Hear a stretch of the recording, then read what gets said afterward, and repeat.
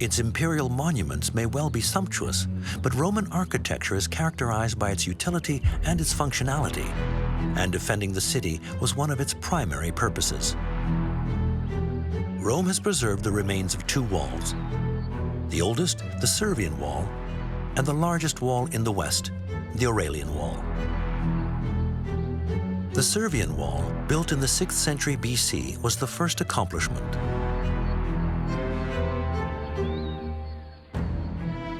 The fortified enclosure certainly followed an older wooden and clay palisade. You can see a large part of the ramparts as you leave the Termini bus station and admire the walls. They were made with large blocks of yellow tuff from the Tiber region. Tuff is a type of volcanic rock, since Rome is situated close to two volcanoes. It is made of opus quadratum, which means it consists of blocks placed on top of each other, dry and without using mortar, then joined by metal staples. The wall is 3.7 meters wide and 7 meters tall at its highest. It had 16 gates in it.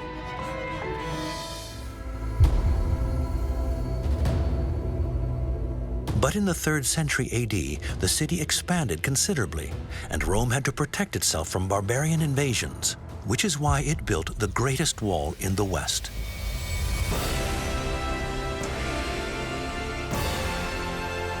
It was Emperor Aurelian who decided to build it. It would become the largest construction site in Rome that century. The walls were built in just 5 years. The impressive construction stretches for 19 kilometers and surrounds an area of nearly 14 square kilometers. It is built according to the molding technique. 2 brick sidings form the exterior of the wall.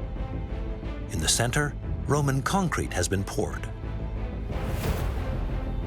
3.5 meters thick and 8 to 10 meters high, it is punctuated every 30 meters by towers that defend the city. By about 500 AD, the wall had 383 towers, more than 7,000 crenellations, and 18 main gates. The Aurelian Wall is remarkably well preserved, mainly because it was in constant use right into the 19th century. Rome, in its imperial period, may have been splendidly opulent, but it wasn't like that at its beginnings back in the 8th century BC. The legend tells how it was founded in 753 BC by Romulus on the very place where he and his brother Remus were found by a she-wolf. The history of ancient Rome can be divided into 3 periods: a monarchy to start with, then a republic, and finally an empire. Clearly, the greater part of the ruins in Rome are from the imperial period, the richest period of the city's history. Power is concentrated in the hands of one man, who's ever freer to do just what he wants, and over time to undertake major projects with no accountability. The second reason is that during the imperial era, Rome became the complete master of the Mediterranean world and took for itself all the intellectual and material riches of the Mediterranean rim. Alexandria and its museum became a second home for Roman engineers. The Romans could now easily head off to find marble in Africa, in Egypt, in present-day Turkey, or in Greece. All the riches were now at their disposal. And the extraordinary thing is that these little hills, at first nothing more than small hills in Lazio, a region of swamps on the banks of the Tiber, became the capital of the Mediterranean world. It became the model for all the cities built around the Mediterranean. And that's why we can say that Rome is at the very least the cradle of Western urban civilization.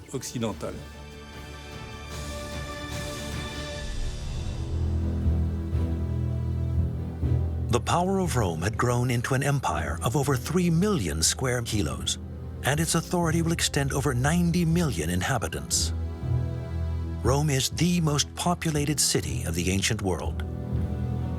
It's thought that in the 1st century AD, there were about 1 million inhabitants of Rome. That's a colossal number. It really is a megapolis. Think about the fact that Rome is 6 times smaller than Paris intramuros in surface area. Paris intramuros is a little more than 2 million inhabitants. Rome, 1 million inhabitants. On a surface area, 6 times smaller. The population lives crammed into narrow, winding alleys. With everyone lacking space, Rome becomes gripped by a housing crisis. Well, that meant that to house all those people, you had to build upwards.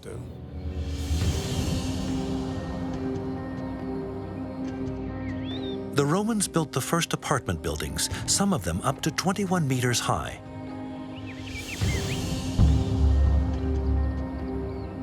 With 5, 6, or 7 floors, tens of thousands of them.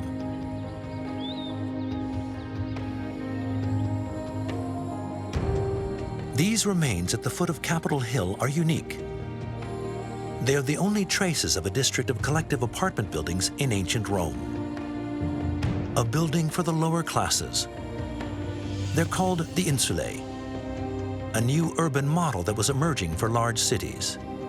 So they realized that they had to build upwards. And they have buildings like modern apartment blocks.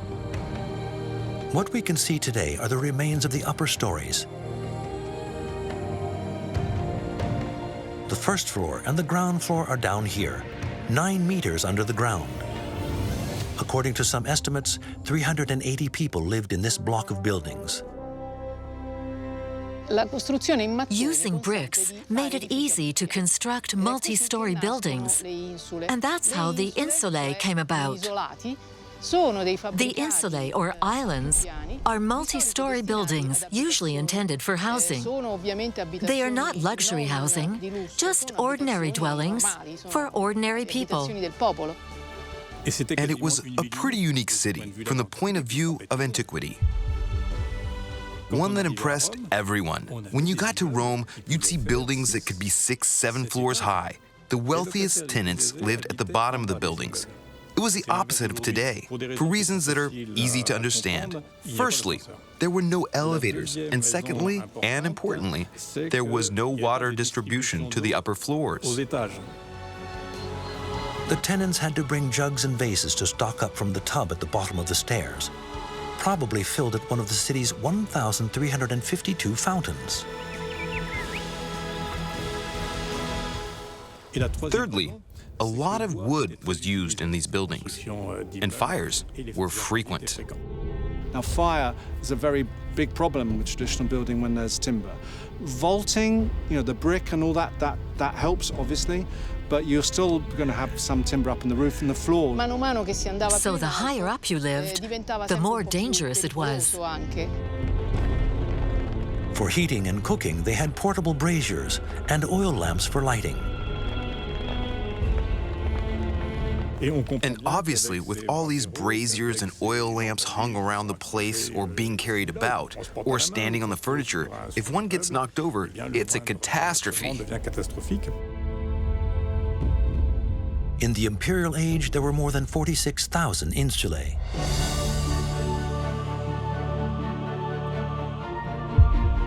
At the height of its imperial age, Rome covers 2,000 hectares, 20 kilometers squared. It is the biggest megapolis in the Western world, a sacred capital and a model for all the peoples of the Roman Empire at its highest point. The figures can make your head spin.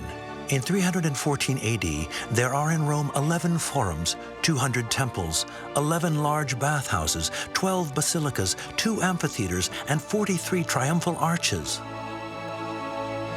But also 37 gates, 19 aqueducts, 5 circuses, 2 naumachia, the artificial lakes where naval battles are recreated, 967 public baths, 1,352 fountains, 3 theaters, 9 bridges, 11 commemorative columns, a stadium and an Odeon, 46,000 buildings, hundreds of warehouses and thousands of shops.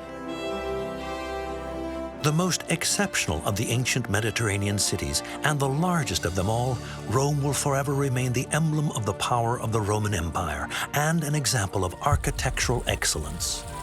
The quality of Roman concrete, the new forms that freed up space, the numerous innovations combined with the perfect technical mastery and talent of its artists, they leave us a unique universal heritage, with this dome that brings together all the gods still standing firm.